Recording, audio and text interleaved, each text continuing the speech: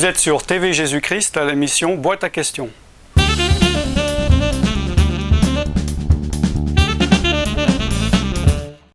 Bonjour, je suis Alan Rich, bienvenue à l'émission Boîte à questions.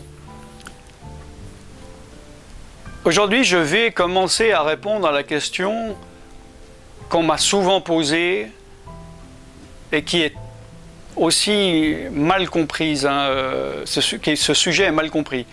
Un chrétien peut-il être possédé?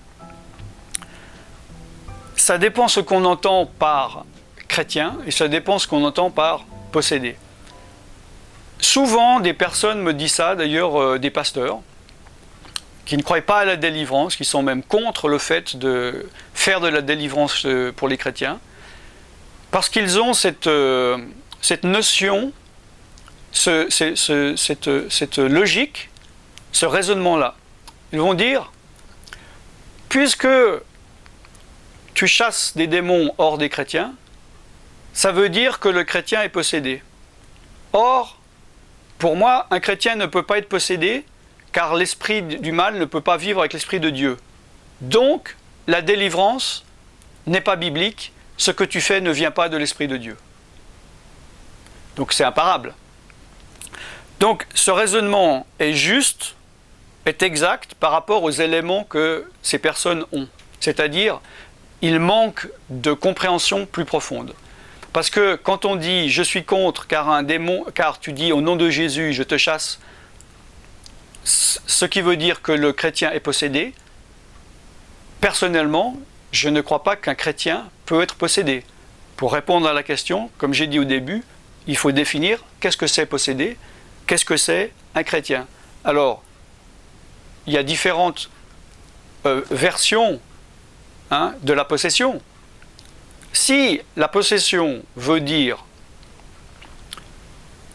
qu'un démon ou plusieurs démons habitent dans l'âme, l'esprit et le corps de la personne, et le dominent complètement au point que ce n'est plus la personne qui va décider de marcher, décider de parler, décider de penser, décider d'agir, mais c'est le démon en lui qui va l'utiliser comme une marionnette pour aller violer quelqu'un, pour aller tuer quelqu'un, pour aller faire sa sale besogne, pour être un instrument.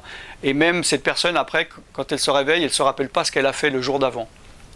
Donc, si ça, c'est ce que vous entendez être possédé, et si un chrétien, la définition d'un chrétien pour vous, c'est une personne née de nouveau, qui s'est repentie, qui s'est détournée de ses péchés, qui est baptisé du Saint-Esprit, qui marche en obéissance et qui est rempli du Saint-Esprit, alors non, pour moi, un chrétien ne peut pas être possédé.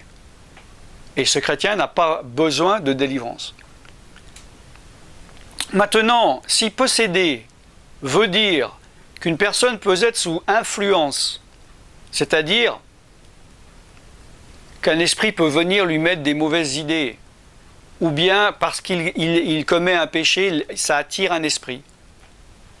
Et que la définition d'un chrétien, c'est un chrétien qui aime Dieu, qui est né de nouveau, mais qui a désobéi, qui ne marche pas dans la pleine obéissance et puissance du Saint-Esprit, ou bien un chrétien qui n'est pas né de nouveau, mais qui aime le christianisme ou la doctrine chrétienne, alors oui, là, un chrétien peut être possédé, mais ce n'est pas le terme possession, il est sous influence. Et en général, quand on fait de la délivrance, on ne chasse pas un démon d'un possédé chrétien. On va couper des liens et chasser des esprits qui ont des points de contact sur des parties d'un chrétien, n'est-ce pas, qui est sous l'influence d'esprit. Alors, donc, il faut vraiment savoir avec quel mot on utilise et quelle est la définition de ce qu'on dit. Je sais que c'est un sujet très profond et très intéressant, et là je ne peux pas régler tout ce problème en quelques minutes. Donc je vous encourage à aller voir aussi sur la chaîne Dossier non classé, où je vais bientôt faire un talk show sur ce sujet. Alors envoyez vos questions sur les numéros qui défilent en ce moment. Si vous voulez réagir à ce que je viens de dire ou vous avez des questions supplémentaires que vous aimeriez que l'on traite dans le talk show, faites-le et je vous assure que j'essaierai d'y répondre. Je suis Alan Rich et vous êtes sur tvjesuschrist.com à l'émission Boîte à questions. À bientôt, bye bye.